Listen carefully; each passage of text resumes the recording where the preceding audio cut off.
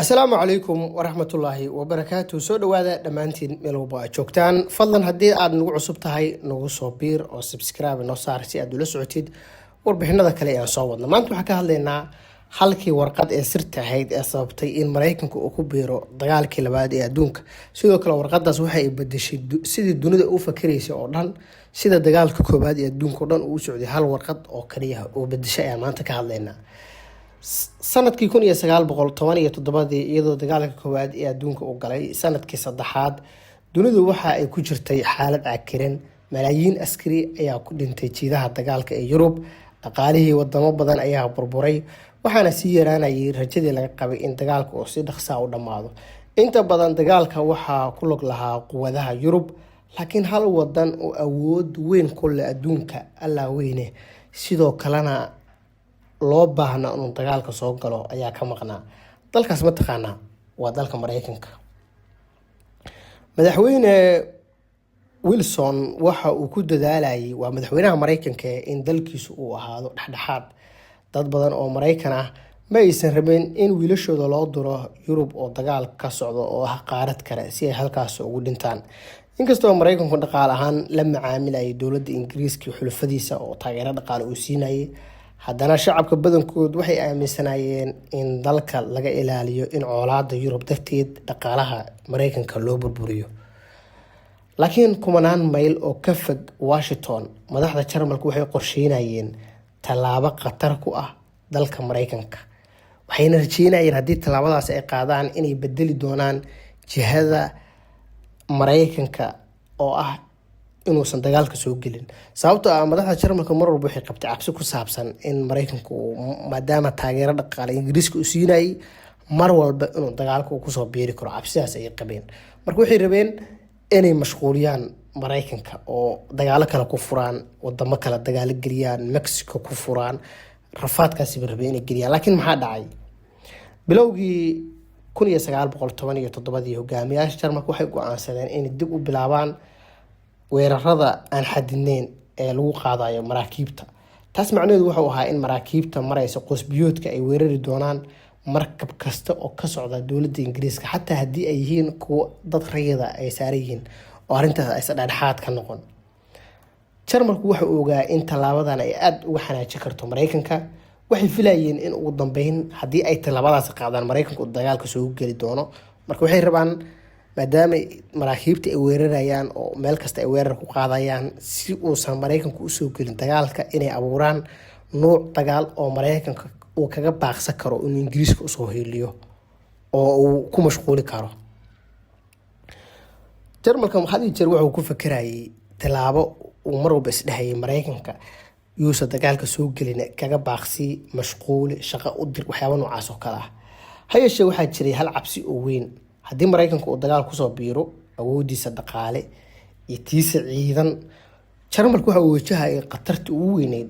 asbuu ogaa inuusan dagaalka sii wadi karin haddii Mareykan u yimaado, laakiin mar walba wuxuu isaga filnaa Ingiriiska iyo xulafadiisa. markaas ayaa wasiirka arrimaha dibadda ee dowladda Jarmalka, ninkii lagu magacaabi jiray Zimmermann, waxa uu la yimid qorshe qarsoodi ah oo golaha amniga iyo golaha sirdoonka Jarmalka uu horgeeyay. 16 Janaayo sanadkii 1917 Zimmermann, wasiirka arrimaha dibadda ee Jarmalka, ayaa fariin sir ah u diray safiirka Jarmalka ee Mexico. waa safiirka Mexico u qaabilsan Jarmalka. fariintaas waxaa ku jiray dalab aan caadi ahayn. Jarmalku waxa uu doonayay in Mexico uu la galo heshiis taariikhi ah.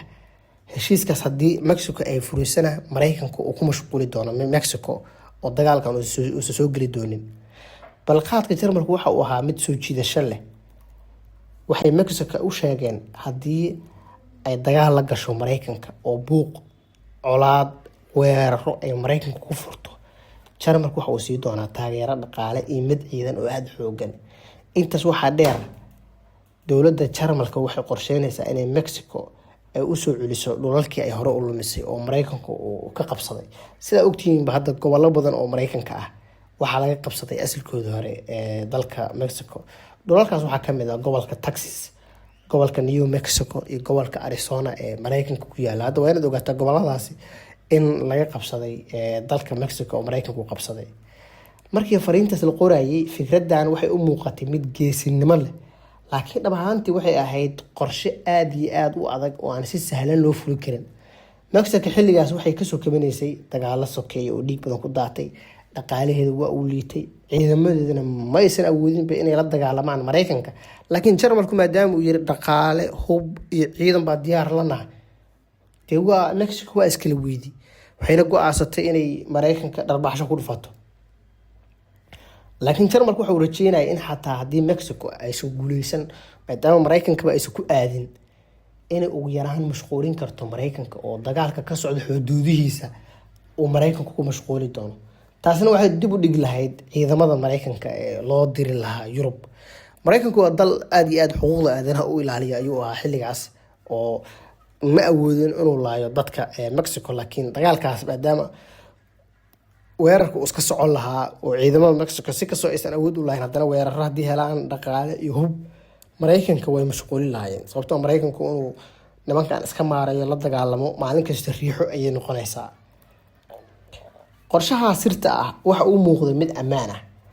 fariinta waxaa lagu diray laakiin kood sir ah, si maadaama la rabo in fariinta la gaarsiiyo dowladda Mexico.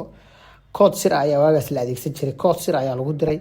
Jarmalkuna waxa uu rumaysnaa inaan cid aan iyaga ahayn, gaar ahaan sirdoonka iyo wasaaradda arrimaha dibadda, waa wasiirka arrimaha dibadda, taliyaha sirdoonka iyo madaxweynihii Jarmalka bas ayaa intaas warqadaas ogaa, cid kale oo ogeyd male. waxayse iloobeen markii koodka ay ku direen hal arrin ay iloobeen. Ingiriisku waxa uu lahaa koox sirdoon oo aad u xirfad badan oo ku takhasustay jabinta fariimaha koodka. xarunta sirdoonna waxaa loo yaqaan ama kooxaas waxaa loo yaqaanay room 40 ama qolka 40aad baa loo yaqaanay. muddo bilo ah ayay khubarada Ingiriiska isku dayayeen inay fahmaan habka koodka Jarmalka loo jabsado. markii fariintii Zimmerman la diray, waxay ku guuleysteen isla markiiba inay qabtaan fariintii, waxayna heleen fursad dahabi ah. kooxdii sirdoonka Ingiriiska ee room 40 ama qolka 40aad markii ay ogaadeen waxa ku qoran, madaxda Ingiriiska aad ay u yaabeen, oo ah in Mexico lagu dhiirigelinayo in Mareykanka weerarto, Mareykankana uu iska dhigay dhexdhexaad oo Jarmalka uu dagaal ku horinayaba.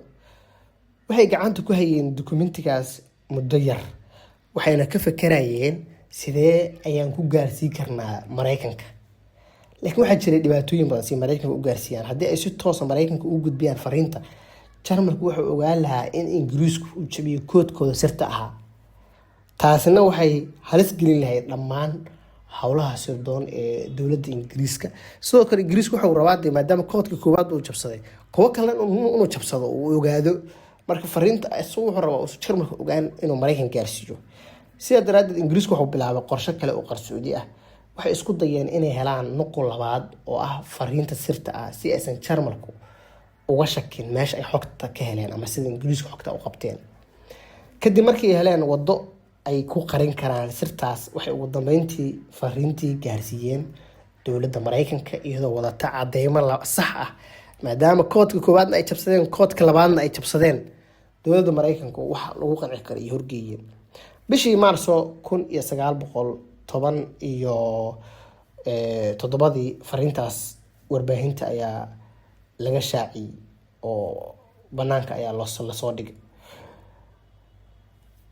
madaxweyne Wilson markii loo keenay fariintaas aad ayuu u naxay, wuuna gargariiray, wuuna naxay. saan miyay Jarmalku rabaa inay noo burburiyaan.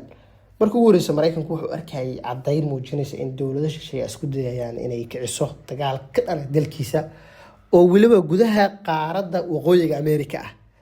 dagaalka waxaa laga filayay meel kale, laakiin waxay rabeen waqooyiga Ameerika laftigiisa inuu dagaal ka bilowdo, halkaas dagaalka uu ka bilowdo si uusan Jarmalku xataa isugu dayin, suusan Mareykanku isugu dayin inuu ugu yaraan wax yar oo gurmada uu soo gaarsiiyo dalkaas. maalmo gudahood, maadaama fariintii warbaahinta iyo wargeysyada caalamiga ee boog hore lagu daabacay, qorshihii Jarmalka uu fashilmay wuuna guuldareystay.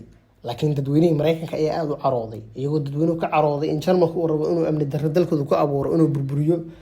dadweynuhu waxay Mareykanka u fasaxeen inuu dagaalka galo, iyagoo marka hore diidanaa dagaal qaarad kale ka socdo inay saameyn ku yeeshaan, laakiin hadda waa ay aqbaleen. waxyaaba ugu yaabka badan ee dhacay kadib dad badan markii hore waxay u maleynayeen in fariinta ay tahay been abuur oo ingiriisku uu maraykanku ku riixayo, laakiin 3 Maarso 1917 waa maadaama markii la shaaciyay wax yar kadib oo fariinta oo sima waxa diray wasiirka arrimaha dibadda moogta wasiirka arrimaha dibadda Jarmalka ayaa markii hore fariinta diray, laakiin 3 Maarso 1917 Zimmerman laftigiisa ayaa si lama filaan u qirtay fariintii markii wargeysadii iyo adduunka dhan lagu shaaciyay ayuu qirtay. qirashadiisa ayaa dunida ka yaabisay, saxafiyiintii siyaasiyiinta ayaa aad ula yaabay sababta uu qirtay dhaawac weyn oo dalkiisa gaaray maadaama sirtii qaranka la helay. si kastaba ha ahaatee qirashadaas waxay meesha ka saartay shakigii Maraykanka ee ahaa in wax been abuura uu jiray. waxay kadibna xaaladdu way sii xumaatay. maraakiibtii marayay qoysbiyoodka ee Jarmalka ayaa sii waday weerarada ay ku hayeen maraakiibta ganacsiga Maraykanku uu leeyahay ayaa la weeraray. ganacsigiina waa uu carqaladoobay oo u istaagay. 2 Abriil waa bil kadib madaxweyne Wilson waxa uu hortagay Koongareeska Maraykanka. khudbadiisa taariikhiga ahayd ayuu ku sheegay in dunida ay u baahan tahay in laga dhigo meel ammaan ah oo dimuqraadi ah. maalmo kadibna Maraykanku si rasmi ah ayuu ugu dhawaaqay dagaalkii ka dhanka ah Jarmalka. go'aankaas waxa uu bedelay jihadii dagaalkii koowaad ee adduunka, waxaana bedeshay warqadda sirta ahayd ee Mexico loo diray ee Ingiriiska u qabtay. inkastoo ciidamada Maraykanka aysan markiiba gaarin Yurub tiro badan, haddana waxay la garab istaageen quwad dhaqaale iyo ciidan sida in Maraykanku uu taageero khubaro intaba uu diro. sanadkii markuu ahaa 1918 waana sanad kadib 100,000 oo askari oo Maraykan ayaa bilaabay inay gaaraan Faransiiska, waxayna keeneen ciidamo cusub, qalab cusub iyo dhaqaale cusub. Jarmalku waa uu daalay maadaama Maraykankii uu dagaal kusoo biiray, sidoo kalena qorshihiisii ugu doonayo inuu ku mashquuliyo uu fashilmay. marka fashil baa ku dhacay dowladii Jarmalka. dhibaato badan baa gaartay, cadaadis caalami oo la kulmay. dhammaan jidihii dagaalka ayaa meelo kala duwan kaga soo furmay. ugu dambeyntiina waa uu quustay. 11 November 1918 dagaalka waa uu dhamaaday. taariikhyahanno badan ayaa aaminsan in Zimmerman uu ahaa mid ka mid ah dukumentiyadii ugu saameynta badnaa qarniga 20aad. hal fariin oo sira ayaa ka caawisay in Maraykanku uu ka baxo dhexdhexaadnimadii, taas oo horseeday in awood cusub oo weyn ay dagaalka soo gasho. waxaa sidoo kale ay noqotay cashar weyn oo ku saabsan sirdoonka, jibinta koodadka iyo khatarta ay leedahay marka dukumenti qarsoodi ah uu ka baxo gacantii loo waday, isla markaana uu u tago gacan aan lagu talagelin. maanta inta badan 100 sano kadib, Zimmerman weli waxaa lagu tilmaamaa warqadii sirta ahayd ee ugu caansanay taariikhda. waxaana la yiraahdaa Zimmerman Telegram. warqadaas waad baari kartaa Zimmerman Telegram. waxay ahayd taariikhda casriga ah sababtoo ah waxa kaliya oo la filayay inay ahayd fariin diblomaasiyadeed, laakiin waxay ahayd dukumentigii bedelay jihada dagaal caalami ah, isla markaana saameeyay mustaqbalka dunida oo dhan. maantana intaas ayaan kusoo goobeynaa barnaamijkeenii oo aan kaga hadlayna warqadda sirta ahayd ee Zimmerman Telegram ee dowladda Jarmalka markii Mexico ay u dirtay dowladda Ingiriiska ay dhaxda ka qabatay, halkaasna uu ka dhacay fashilka weyn. fadlan haddii aad nagu cusub tahay nagu soo biir. waxaa kaloo soo wadnaa warqado kale oo sir ah oo aad iyo aad u badan. qof kasta oo daawada muuqaaladeennana waxa uu fahmi doonaa muhiimadda ay leedahay ilaalinta xogta iyo sidoo kale sida janaalada ama kanaalada diblomaasiyadda markii warqadaha loo dirayo loo adeegsado. aad baad mahadsantihiin, waqtigiinana waan kaga mahadcelinaynaa.